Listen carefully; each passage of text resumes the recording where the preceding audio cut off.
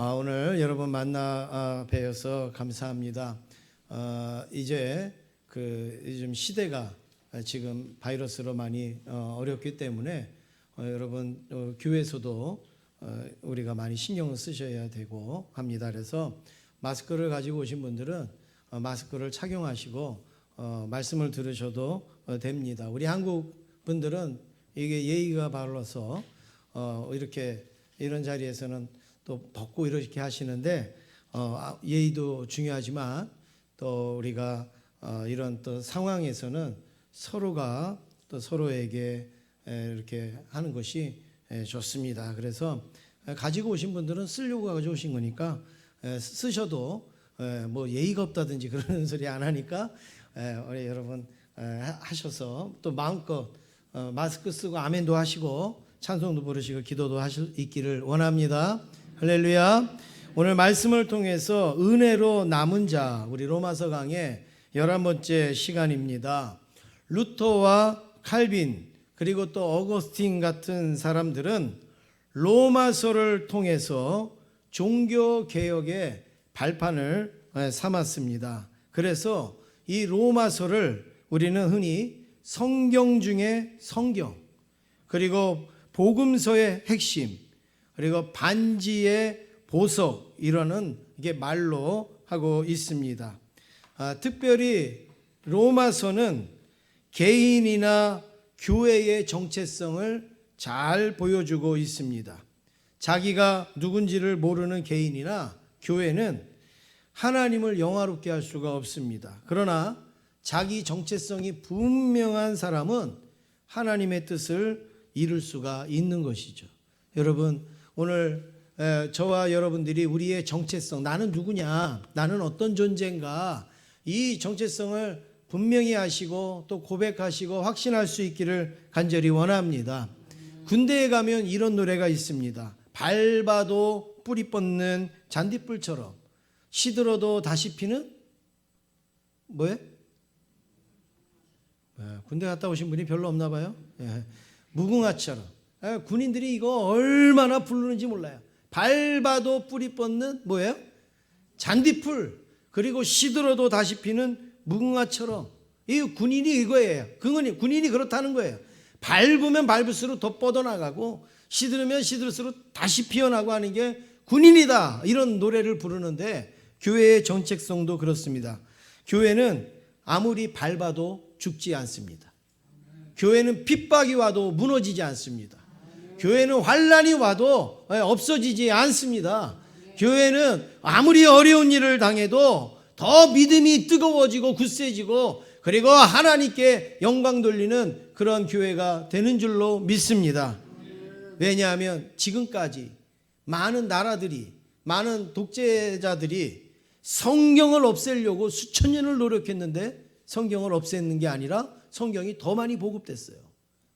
많은 독재자들이 교회를 없애고 또 우리의 믿음을 없애려고 노력했지만 교회는 세계적으로 뻗어나갔고 그리고 세계에 큰 영향을 끼치는 그런 하나님의 집이 됐다라는 말입니다. 여러분, 교회를 밟으면 밟을수록 더 뻗어나간 거예요.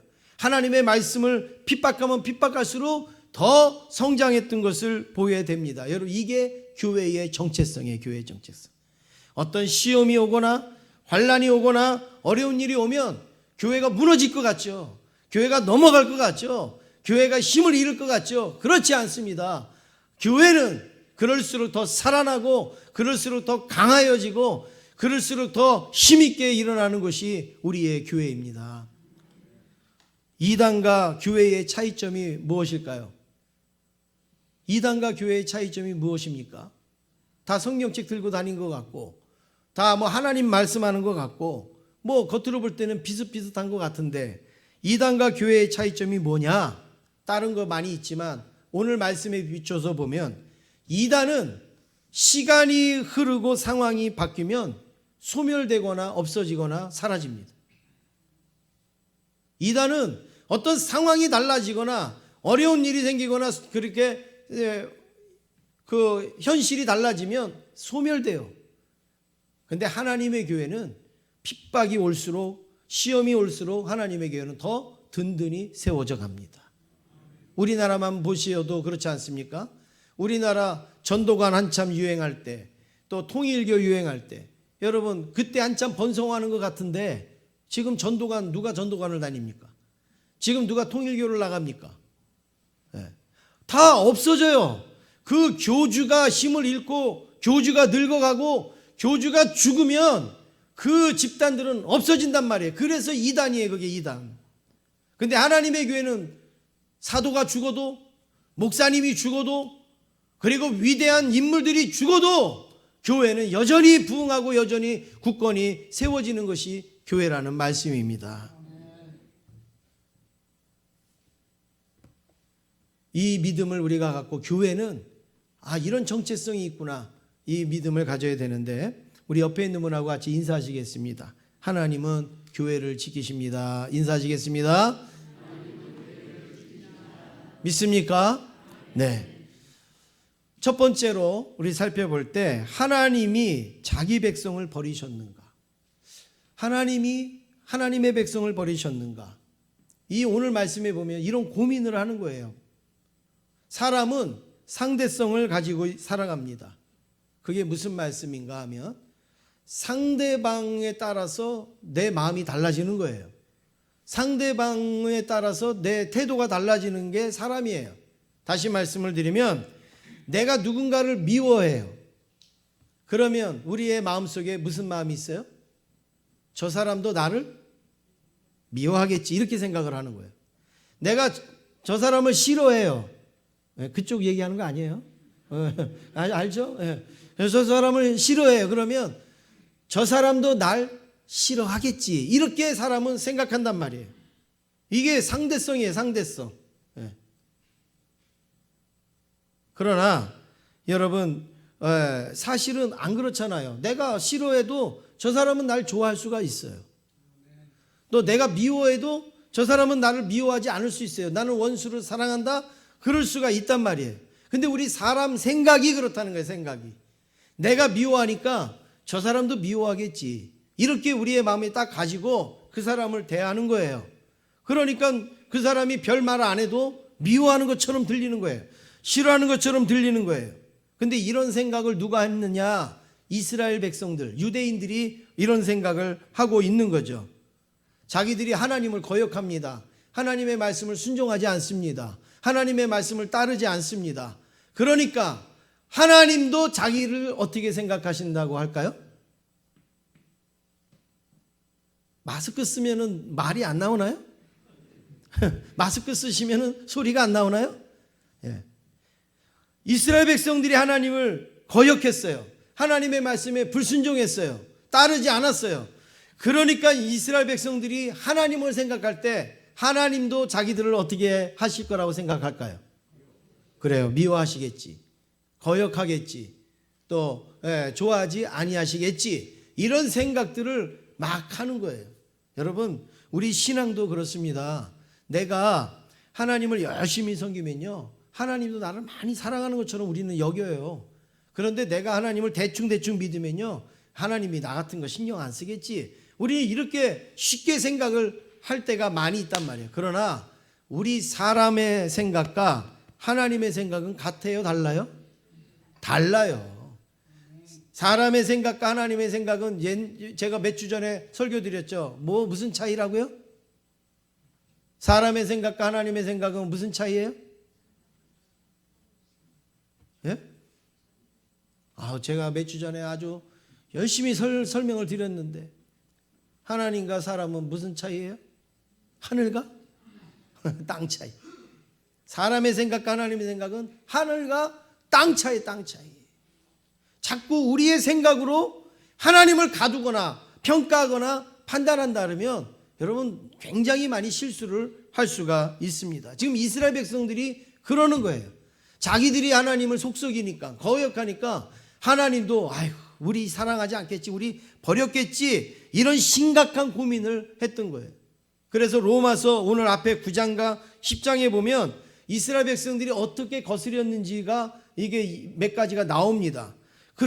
그렇게 이스라엘 백성들이 거스리니까 하나님도 분명히 버리셨을 거예요. 우리를 하나님도 분명히 우리를 외면하셨을 거야. 이런 고민을 하게 됐다는 거죠. 이 고민을 누가 발견을 하는가 하면 바울이 발견합니다. 유대인들이 이상하게 복음을 전하는데도 어딘지 모르게 불안하고 어딘지 모르게 안착이 안 되는 그런 모습이 있어요. 그래서 사도 바울이 가만히 보니까 유대인들에게 자기가 하나님을 거스리니까 하나님도 우리를 버리셨다라는 생각들이 많이 있는 거예요. 그러니 복음이 안 들어가죠. 그래서 오늘 말씀에 이제 바울이 이걸 깨치는 거예요. 1절 말씀을 같이 읽으시겠습니다. 1절입니다. 시작. 그러므로 내가 말하노니 하나님이 자기 백성을 버리셨느냐? 그럴 수 없느니라. 나도 이스라엘인이요 아브라함의 씨에서 난 자요 베냐민 지파라. 바울이 이렇게 말합니다. 하나님이 자기 백성을 버리셨느냐? 그럴 수 없느니라. 하나님은 자기 백성을 버리시는 분이 아니라는 거예요. 우리가 아무리 그런 생각을 해도 하나님은 자기 백성을 버릴 수 없느니라. 그래서 여러분 이런 말이 있지 않습니까? 한번 구원받은 사람은 나 지옥 가려고 내가 발버둥을 쳐도 지옥에 못 가는 거예요. 한번 구원받은 사람은 나 천국 가기 싫다고 발버둥을 쳐도 천국 가야 되는 거예요. 이 여러분들은 큰일 났어요. 여러분들은 천국 가기 싫어도 어디 가야 돼요? 천국 가야 돼요. 구원받기 싫어도 뭐 받아야 돼요? 구원받아야 돼요. 지금 이 말씀이 그런 내용이에요. 하나님이 자기 백성을 버리셨느냐? 너희들 생각처럼 자기 백성을 버리셨느냐? 그럴 수 없다 이거예요. 그럴 수 없다. 하나님은 그러신 하나님이 아니라는 거예요. 왜냐하면 나도 이스라엘인이다. 여기에 보면 바울이 자기를 말하는 거예요. 자기는 지금 복음을 전하고 구원을 전하고 하지 않습니까? 그런데 자기를 말하면서 내가 누구냐? 내가 이방인이냐 유대인이냐? 이스라엘이라 이거예요. 그 다음에 뭐라고 말합니까? 나는 아브라함의 씨에서 났다. 그리고 나는 그것 중에서도 베냐민 지파다. 나는 아주 골수 유대인이라 이거예요. 뼛속까지 유대인이라 이거예요. 그런데 너희들이 볼 때 하나님이 나를 버린 것처럼 보이냐? 안 그렇거든요. 절대 안 그렇거든요. 그 봐라. 나 유대인이잖아. 아브라함의 씨잖아. 베냐민 지파잖아. 근데 하나님이 나 안 버리셨어. 근데 왜 너희들은 유대인이라고 왜 하나님이 버렸다고 그렇게 생각을 하느냐? 바울이 지금 이런 말을 하는 거예요. 그것뿐만이 아니라 바울은 또 어떤 일을 했었는가? 하나님을 믿는 백성들을 죽이고 그리고 핍박하고 가두고 하는 일, 심지어는 스데반을 죽이는 일에 함께했던 사람이 바울 아니었습니까? 그럼에도 불구하고 하나님이 바울을 버리셨는가? 안 버렸다는 거예요. 그런데 왜 너희들은 왜 스스로가 하나님이 우리를 버렸어 이러면서 하나님 앞에서 왜 그런 자기 정체성을 잃어버리고 사느냐? 이거를 지금 바울이 이야기하고 있습니다. 그럼 왜 하나님은 불순종하고 배반한 바울이나 이스라엘 백성들을 왜 안 버리실까요? 우리 같으면 버릴 텐데 왜 하나님은 안 버리실까요? 2절에 바울이 이렇게 고백합니다. 2절 말씀 우리 같이 읽으시겠습니다. 시작. 하나님이 그 미리 아신 자기 백성을 버리지 됐습니다. 여기까지 읽겠습니다. 하나님이 왜 안 버리시느냐? 이 백성이 누구 백성이? 자기 백성. 하나님 백성이라. 하나님이 미리 정하시고 택하시고 구원하신 하나님의 백성이라. 어떻게 하다가 만난 사람이 아니에요. 어쩌다가 그냥 이렇게 알게 된 그런 존재가 아니란 말이에요. 저와 여러분은 하나님이 미리 우리를 구원하기 위하여 택하시고 정하셨던 하나님의 백성이란 말이에요. 하나님의 백성. 잘못하더라도 실수하더라도 하나님이 버리시느냐? 그렇지 않다는 거예요. 하나님은 잘못해도 고치거나 실수를 해도 깨닫게 해서 하나님의 백성으로 살아가게 하시지. 너는 불순종했으니까 필요 없어. 너는 내 말 안 들었으니까 너는 필요 없어. 하나님은 그러신 하나님이 아니래. 자기 백성. 우리는 누구예요? 하나님의 백성이에요. 우리가 하나님 백성 된 게 아니라 하나님이 우리를 너 내 백성해. 그리고서 하나님의 백성으로 인쳐주셨어요. 하나님은 후회함도 없고 번복함도 없고 하나님은 변함도 없고 바뀌시는 것도 없어요. 한 번 정하신 것은 영원한 거예요. 영원한 거. 한 번 우리를 구원하셨으면 우리는 하나님 앞에 갈 때까지 우리는 구원받은 존재라는 말이에요. 예수 믿다가 실수할 수 있어요. 예수 믿다가 실패할 수 있어요. 예수 믿다가 하나님의 마음에 안 들게 할 때가 있어요. 물론 우리가 하나님을 잘 믿어야죠. 그리고 실수하지도 말고 그리고 하나님을 잘 섬겨야 되죠. 그러나 혹시 하나님의 마음을 아프게 할 수도 있어요. 또 하나님에게 못되게 할 수도 있어요. 철이 없어서. 그래도 하나님은 결코 버리시는 하나님이 아닌 것을 여러분 확실히 믿을 수 있기를 간절히 원합니다. 한 번 하나님께서 택하신 자는 마지막 천국 갈 때까지 결코 버리시지 않습니다. 사람은 상대적으로 반응합니다. 저 사람이 미워하니까 나도 미워한다. 하지만 하나님은 절대적으로 반응을 하십니다. 우리가 부족해도 연약해도 하나님이 우리를 사랑하시는 건 절대적으로 사랑하시는 하나님임을 기억하시기를 원합니다. 두 번째는 엘리야의 고발입니다. 오늘 엘리야가 하나님 앞에 고발합니다. 누굴 고발하는가? 이스라엘 민족을 고발하는 거예요. 이스라엘 백성들. 좀 더 구체적으로 말하면 하나님을 믿는 그 성도들을 고발합니다. 여러분 이 고발, 이게 우리가 말할 때 고발이지만 어린이들이 말할 때는 이걸 뭐라 그래요? 고자질, 고자질. 지금 엘리야가 하나님께 고자질을 하고 있는데 2절 말씀 다시 한번 읽겠습니다. 2절입니다. 시작.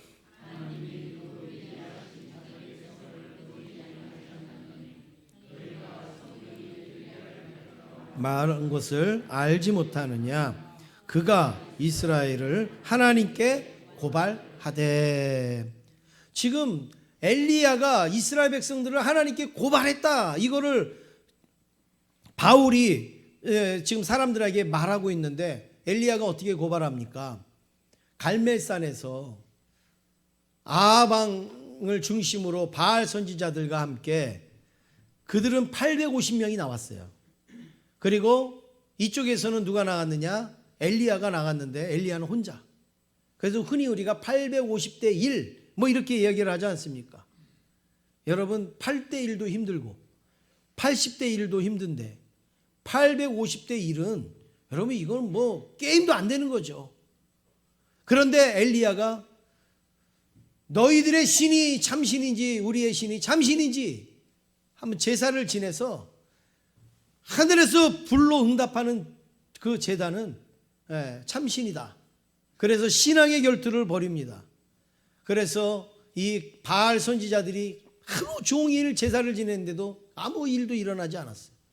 그런데 엘리야가 하나님, 나의 하나님, 불로써 응답하여 주시옵소서 기도할 때에 그 제단이 불로 막 사르게 되어지는 그런 역사가 일어나지 않습니까? 그래서 승리합니다, 엘리야가. 그리고 그들을 딱 데리고 가서 다 목을 치고 그리고 다 죽입니다. 얼마나 대승입니까? 얼마나 큰 승리입니까? 그런데 그 승리한 다음에 엘리야가 어디를 가느냐? 저기 로뎀나무 아래로 갑니다. 거기 가서 벌러덩 드러눠서 아무것도 하기 싫다는 거예요. 죽고 싶다는 거예요. 이게 상담학이나 심리학이나 정신의학을 하신 분들은 이 상태를 뭐라고 얘기하느냐 하면 우울증이다 이렇게 말하는 분이 있어요. 근데 저는 꼭 그렇게 말하기보다는 영적인 침체다. 저는 이렇게 말씀을 드리고 싶은데 엘리야가 갑자기 그렇게 큰 승리를 했으면 기세가 등등해야 되는데 오히려 로뎀나무 아래 가고 벌렁 누르러 갖고 하나님 나 죽여주세요. 나 죽는 게 차라리 낫겠어요. 여러분 죽는 게 낫습니까? 사는 게 낫습니까? 사는 게 낫잖아요.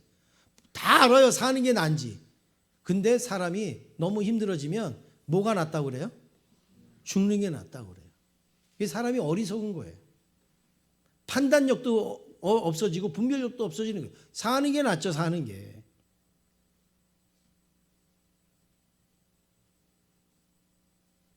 신천지 이만희 교주가 여러분 그 사람은 영생한다고 다 알고 있거든요. 그 신도들이 이만희 교주는 영생하는 사람이다.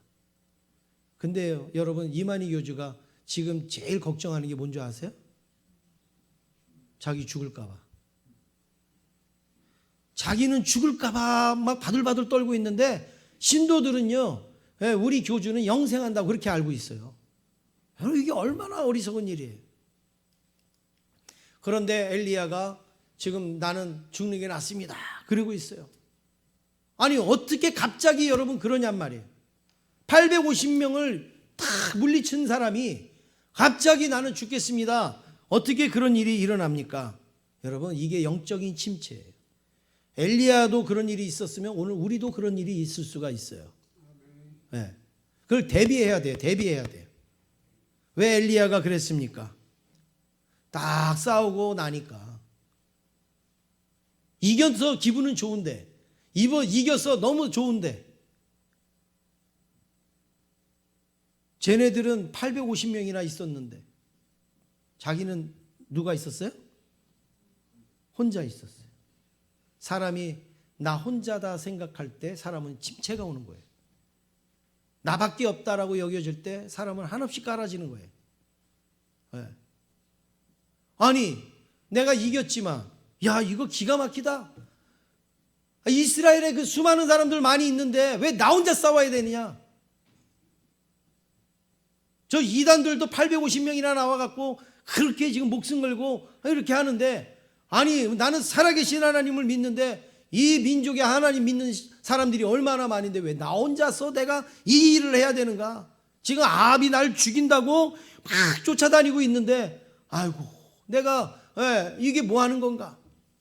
막 이런 생각이 막 들어오니까 여러분 막 외로워지는 거예요. 힘들어지는 거예요. 무서워지는 거예요. 의미가 없어지는 거예요. 별 필요성을 못 느끼는 거예요. 밤길에 캄캄한 밤에 혼자 걸어가면 무섭습니까? 안 무섭습니까? 무섭죠. 그런데 아무 힘도 없는 어떤 사람하고 같이 가면 덜 무섭죠. 네. 많이 그래도 힘이 되죠. 애기 하나 업고 가도 그래도 좀 낫죠. 사람은 그래요. 혼자라고 생각하면 사람은 깔아지는 거예요. 혼자라고 생각하면 사람은 무너지는 거예요. 혼자라고 생각하면 사람은 한없이 약해지는 존재가 바로 그건데 엘리야가 그런 거예요. 엘리야가 정신없이 싸울 때는 막 싸웠는데 이기고 가만히 보니까 야 이거 참 너무하다. 왜 나밖에 없어 왜. 이런 생각이 들어온 것이죠. 그래서 엘리야가 고발합니다. 하나님 앞에. 하나님 왜 나만 혼자 싸워야 합니까? 이스라엘의 다른 사람들은 다 어디 갔습니까? 왜 나만 혼자 아합과 싸우고 아합이 나 죽인다고 이렇게 쫓아다니는데 하나님 이게 내 싸움입니까? 하나님의 싸움입니까? 하나님의 싸움이면 하나님의 사람들이 막 붙어갖고 싸워야 되지 왜 이거 나 혼자 이 일을 합니까? 막 이러면서 엘리야가 이스라엘 백성들을 고발하는 거예요. 고발하는 거예요. 여러분 우리도 그렇지 않습니까? 다른 사람들은 세상을 재미있게 사는데 나 혼자 거룩하게 살려고 나 혼자 하나님의 말씀대로 살려고 그리고 나 혼자 믿음 지키려고 하다 보니까 나만 바보 같고 나만 어리석은 것 같고 딴 사람들은 재미있게 신나게 막 하는데 우리는 예배드려 주일 성수해야 되죠. 뭐 해야 되죠. 뭐 이러면 이게 내가 이게 지금 똑바로 사는 건가 똑바로 믿는 건가 막 이런 마음이 들어올 때가 있다라는 겁니다. 왜 나만 발버둥 칩니까? 저분은 나보다도 더 교회 오래 다닌 분인데 저분은 할 거 다 하고 저분은 나보다 직분도 더 있는데 저분은 뭐 할 거 다 하는데 왜 나는 예배 빠지면 안 되고 나는 왜 봉사 안 하면 안 되고 나는 왜 대충대충 이렇게 하면 안 됩니까? 왜 나만 우리 교회는 나밖에 없습니까? 하나님 믿는 사람이 나밖에. 엘리야와 똑같은 고민을 한 적이 여러분 있어요 없어요? 있으실 거예요. 여기요. 있으실 거예요. 목사도 그런 적이 있어요. 하나님 이 교회가 제 겁니까 이게? 그런 적이 있어요. 하나님 이거 왜 나 혼자 책임져야 됩니까? 이럴 때도 있어요.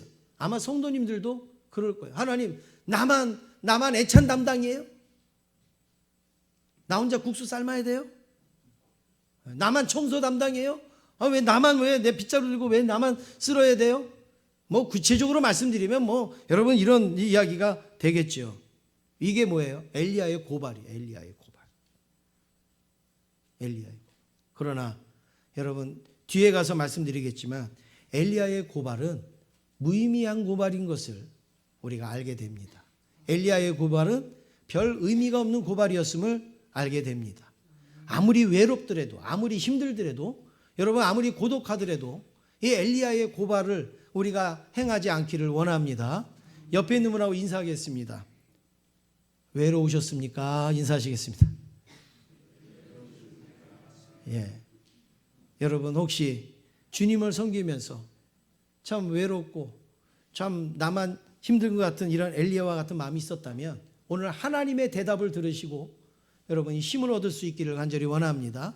세 번째로 하나님의 대답입니다. 하나님은 뭐라고 말씀하셨는가? 하나님은 어떤 대답을 하셨는가? 엘리야의 고발, 바울의 고발에 하나님은 어떻게 대답을 하십니까? 5절 말씀 같이 읽으시겠습니다. 5절입니다. 시작. 남은 자가 있느니라. 아멘. 하나님이 뭐라고 대답하십니까? 이와 같이 지금도 은혜로 택하심을 따라 누가 있다고요? 남은 자가 있느니라. 아까 엘리야는 뭐라고 고발했어요? 남았건을 그랬잖아요. 그러니까 남은 자가 자기밖에 없다 그랬어요. 근데 하나님은 뭐라고 말씀합니까? 남은 자가 있다. 남은 자가 있다. 네. 우리가 못 봐서 그렇지, 우리가 몰라서 그렇지 남은 자가 있다. 하나님이 분명히 말씀하고 있습니다. 엘리야처럼 남은 자가 있는 거예요. 너같이 믿음을 지키고 믿음으로 살고 하나님 앞에 충성한 자가 너 말고도 남은 자가 있다.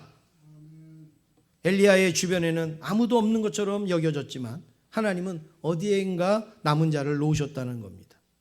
여러분 그 힌트가 여기에 나옵니다. 4절 말씀을 우리 같이 읽겠습니다. 4절입니다. 시작. 그에게 하신 대답이 무엇이냐? 내가 나를 위하여 바알에게 무릎을 꿇지 아니한 사람 7,000명을 남겨두었다 하셨으니. 예, 여기 한번 보세요. 누가 남겨놓으셨다고요? 하나님 단어 하나도 없는데요, 여기요? 누가 남겨놓으셨다고요? 하나님 단어 하나도 없다니까요. 내가. 근데 여기 내가가 누구예요? 하나님이 말씀하신 거예요. 그렇죠? 내가 누구를 위하여? 나를 위하여. 하나님 자신을 위하여 남겨두셨다는 거예요. 여러분 우리가 하나님의 일을 걱정해도요 하나님보다 더 걱정 안 해요. 우리가 하나님의 일을 애써도요 하나님보다 더 애쓰지 못해요.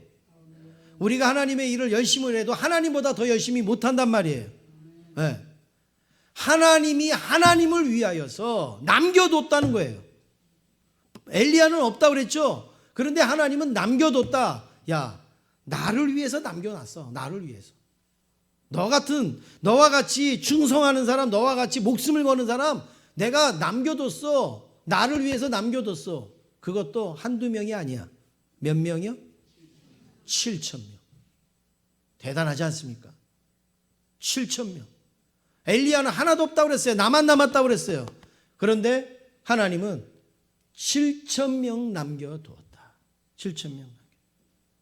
그러면 여러분 이런 생각 안 드십니까? 이런 그 의문점이 안 드십니까? 하나님 그러면 7,000명 있으면 그러면 엘리야가 혼자 그렇게 그냥 힘들게 할 때 그냥 내비두지 말고 7,000명 같이 가고 확 그냥 하면은 좋잖아요.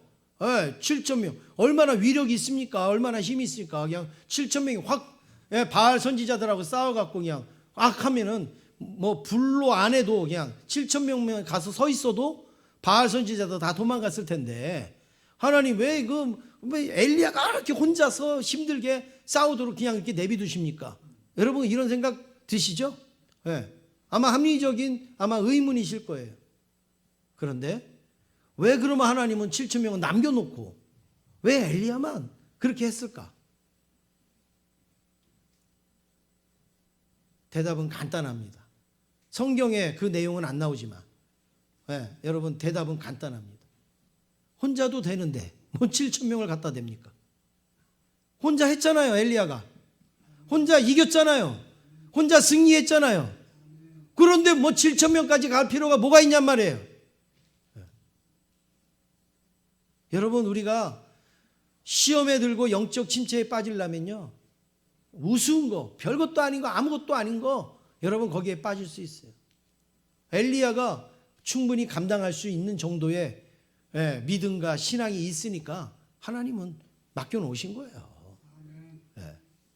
엘리야가 부족했으면 7천 명 갖다 댔겠죠. 그런데 감당할 수 있으니까 그 일을 한 거예요. 여러분 우리가 힘들고 좌절하고 연약할 때에 왜 나밖에 없는가? 왜 나 혼자 내가 감당할 수 있으니까 하나님이 나에게 맡겨주신 줄 믿습니다. 그렇게 일하시기를 간절히 원합니다. 그런 믿음을 갖기를 원합니다. 사도행전 21장 20절에 보니까 화면에 있습니다. 바울에게도 이런 일이 비슷한 일이 있었습니다. 우리 같이 읽겠습니다. 시작. 그들이 듣고 하나님께 영광을 돌리고 바울더러 이르되 형제여 그대도 보는 바에 유대인 중에 믿는 자 수만 명이 있으니 다 율법의 열성을 가진 자라. 아멘. 할렐루야. 지금 이 야고보하고 이 유대인들이 뭐라고 바울에게 얘기하냐. 바울도 지쳤어요. 뺑뺑 돌면서 복음 전하다 보니까 지쳤어요. 나 혼자서 복음 전해야 되는가? 힘들었어요. 엘리야와 같은 그런 마음이 있었어요. 엘리야의 고발이 자기에게도 같이 이렇게 느껴졌단 말이에요. 그랬는데 그 야고보하고 사람들이 와서 뭐라고 얘기하느냐.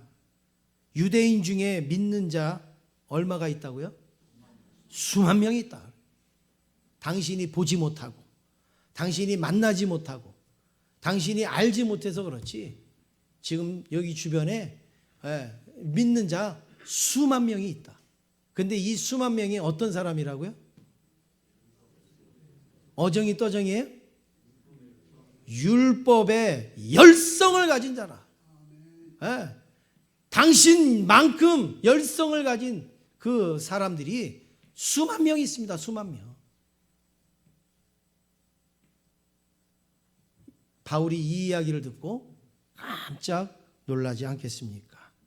사랑하는 성도 여러분, 그렇습니다. 우리 주변에 하나님의 열성으로 열심으로 하나님을 섬기고 믿음으로 살아가는 사람 수만 명이 있습니다. 수십만 수백만이 있습니다. 북한에서도 성도들이 지하에서 몰래 이불을 뒤집어 쓰고 기도하면서도 위로받는 게 뭔지 아세요? 우리 같은 사람들이 지금 많이 있겠지. 우리 같이 몰래 기도하지만 우리 같이 하나님을 섬기고 하나님의 때를 기다리는 사람들이 많이 있겠지. 그 믿음 가지고 지금 버티고 있는 거예요. 사실 그 믿음처럼 북한에도 지하에 많은 성도들이 아직도 살아서 숨쉬고 있다라는 말씀입니다. 여러분, 우리는 하루 마스크 쓰고 예배드리고 손 소독하고 예배를 드리고 막 이것저것 해갖고 예배를 드려도 얼마나 답답합니까? 얼마나 힘듭니까? 그런데 마스크도 안 쓰고 소독도 안 하지만 찬송 한마디도 내 입 밖으로 내지 못하고 말씀 하나 기도 하나도 못하면서 수십 년을 하나님을 믿으면서 섬기는 그 백성들이 얼마나 힘들겠습니까? 얼마나. 우리가 이렇게 어려울 때에 더 어렵고 힘들게 주님을 섬기는 그 형제 자매들을 우리가 기억하면서 용기와 힘을 얻을 수 있기를 간절히 원합니다. 그러면 이들이 어떻게 남겨졌는가? 이게 중요하죠. 아니 어떻게 남겨졌는가? 5절 말씀 같이 읽겠습니다. 5절입니다. 시작.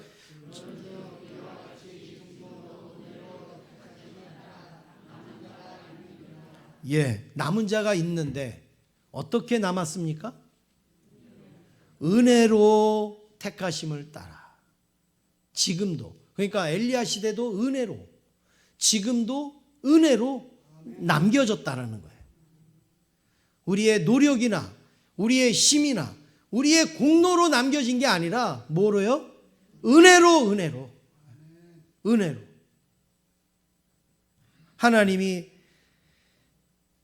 하나님의 백성, 미리 택한 그 백성을 버리지 않으십니다. 엘리야 시대 때도 버리지 않고 바울의 시대 때도 버리질 않아요. 왜냐하면 은혜로 택하심을 따라 남겨놓으셨다. 여러분, 그렇습니다. 저는 이 말씀을 준비하면서 이런 생각을 했습니다. 주님을 믿는 가운데 여러 가지 핍박이 있어요. 환난이 있어요. 어려움이 있어요. 그렇지만 하나님은 마지막까지 은혜로 남겨놓은 자들이 있다는 거예요. 도망가는 사람도 있습니다. 배반하는 사람도 있습니다. 그리고 쓰러지는 사람도 있습니다. 주저앉는 사람도 있습니다. 그렇지만 하나님은 은혜로 마지막까지 남겨놓는 사람이 있습니다. 오늘 저와 여러분이 마지막에 남겨놓는 그루터기와 같은 축복된 백성 되기를 간절히 원합니다. 마지막에도 하나님께서 내놓을 수 있는 엘리야와 같은 사람, 7,000명과 같은 사람, 유대인의 수만 명과 같은 사람이 오늘 저와 여러분 되기를 원합니다. 이거는 우리의 노력과 힘으로 된 게 아니라 그랬어요. 뭐로 됐다고요? 은혜로. 여러분, 은혜가 무엇입니까? 은혜로 우리가 구원함을 받았습니다. 우리가 은혜로 다시 살림을 얻었습니다. 우리가 은혜로 하나님을 섬기지 않습니까? 그래서 에베소서 2장 8절에 어떤 말씀이 있습니까? 같이 읽겠습니다. 시작. 너희는 그 은혜에 의하여 믿음으로 말미암아 구원을 받았으니 이것은 너희에게서 난 것이 아니요 하나님의 선물이라. 아멘. 할렐루야. 여러분, 오늘 여기에 보면 우리가 하나님의 은혜에 의해서 뭘 받았어요? 구원함을 받았어요. 그런데 구원함을 뭐로 받았어요? 은혜로. 하나님이 뭘 주셨어요, 우리에게? 네, 선물이 뭐예요? 그게 선물. 요것만 빼고 말씀을 하세요. 어떻게? 하나님이 우리에게 선물을 주신 게 뭐예요? 구원인데 어떻게 구원을 받게 하셨어요? 믿음으로. 행위로, 우리의 의로, 우리의 공로로 구원받은 게 아니라 뭐예요? 믿음으로. 근데 이 믿음을 우리가 만든 게 아니라 하나님의 은혜로 받았단 말이에요. 은혜로. 이거를 말해서 하나님의 선물이라는 거잖아요. 우리는 하나님의 선물을 받았습니다. 그게 뭐예요? 믿음의 믿음. 근데 이 믿음도 대가가 있는 게 아니라 공짜로 은혜로 받았어요. 근데 이 믿음이 뭐예요? 하나님의 구원을 이루는 믿음이라는 것이죠. 그렇습니다. 구원은 인간의 실력이나 능력으로 되는 게 아니라 오직 하나님의 은혜로 되어지는 거예요. 이게 은혜의식입니다. 은혜의식. 우리가 주 안에서 행하는 모든 것이 다 이 은혜로 되어진 거예요. 여러분, 혹시 엘리야와 같은 고발하고 싶은 마음이 일어나거든, 바울과 같이 고발하고 싶은 마음이 일어나거든, 은혜의식으로 누릴 수 있기를 원합니다. 내가 은혜로 구원받은 건데, 내가 은혜로 믿음을 얻은 건데, 내가 은혜로 선물을 받은 건데 어느 날서부터 내가 왜 권리를 강조하냐 이거예요. 어느 날서부터 왜 내가 왜 내 어떤 이 목소리를 내느냐 이거예요. 지금 사도 바울이 본문에서 내리는 결론은 이겁니다. 우리는 무슨 일이 있어도 마지막에 은혜로 남는 자다. 은혜로 남는 자다.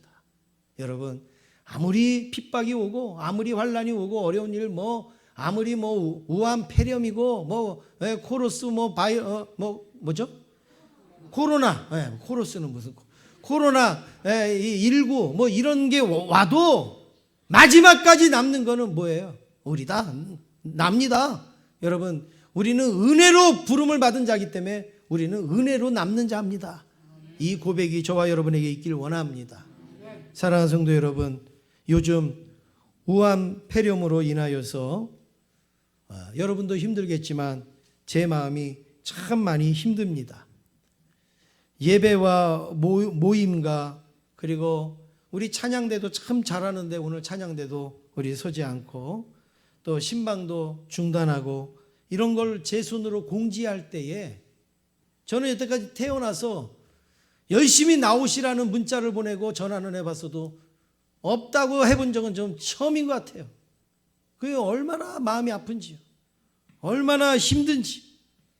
성도님들도 마찬가지시겠습니다. 그러나 여러분 믿음으로 이 일을 잘 이기시기를 원합니다. 혹시 우리에게도 마음껏 예배드리지 못하고 주의 일을 하지 못함으로 인하여서 혹시 마음이 상하거나 또 아픈 성도가 있다면 여러분 다시금 우리가 힘을 내고 이길 수 있기를 원합니다. 특별히 이단 신천지의 폐쇄적이고 은밀한 정신 때문에 온 나라와 교회를 더 어렵게 만든 것 같습니다. 신천지 때문에 이게 들어온 건 아니에요. 신천지 때문에 이게 발생한 건 아니에요. 여러분 뭐 우리가 이걸 분명히 해야죠. 신천지 때문에 일이 생긴 건 아니지만 더 쉽게 해결할 수 있고 더 빨리 해결할 수 있고 더 많이 확산 안 될 수 있는데 그들의 특성이 폐쇄고 은밀한 거고 그리고 침투적인 거고 이렇게 하다가 보니까 이게 폭발한 거 아닙니까? 그래서 더 어렵고 힘들게 만들어졌는데 여러분 그래서 우리 교회도 선제적 조치를 취하지 않았습니까? 성도님들의 이해를 부탁드리고 이 바이러스가 빨리 종식되도록 우리 함께 기도하셔서 승리할 수 있기를 원하고 그리고 세상에서는 신천지나 교회나 거기라고 생각하죠. 그래서 문제예요. 이 전도도 힘든데 이렇게 해서 이 전도의 문이 팍팍 막히고 그리고 믿음이 약하거나 아니면 믿지 아니하는 가정이 있는 사람들은 오늘 같은 날 교회 가라 그러겠어요? 가지 말라 그러겠죠. 그리고 당분간은 나는 교회 좀 안 가겠습니다. 뭐 쉬겠습니다. 이런 분들도 많이 있고 그래서 믿음 약한 분들 또 이런 분들은요 이런 일로 우르르 떨어질 수가 있어요. 그게 너무 마음이 아픈데 그래도 우리 성도님들은 오늘 1부 예배 때도 많이 나오셨고 오늘 2부 예배 때도 그래도 많이 나오셔서 참 감사를 드립니다. 여러분 이럴 때일수록 더 기도하고 하나님 앞에 엎드려서 우리가 은혜로 남은 자입니다. 이런 고백이 있기를 원합니다. 우리 옆에 있는 분하고 인사하겠습니다. 우리가 남은 자입니다. 인사하시겠습니다. 기도하겠습니다. 하나님 감사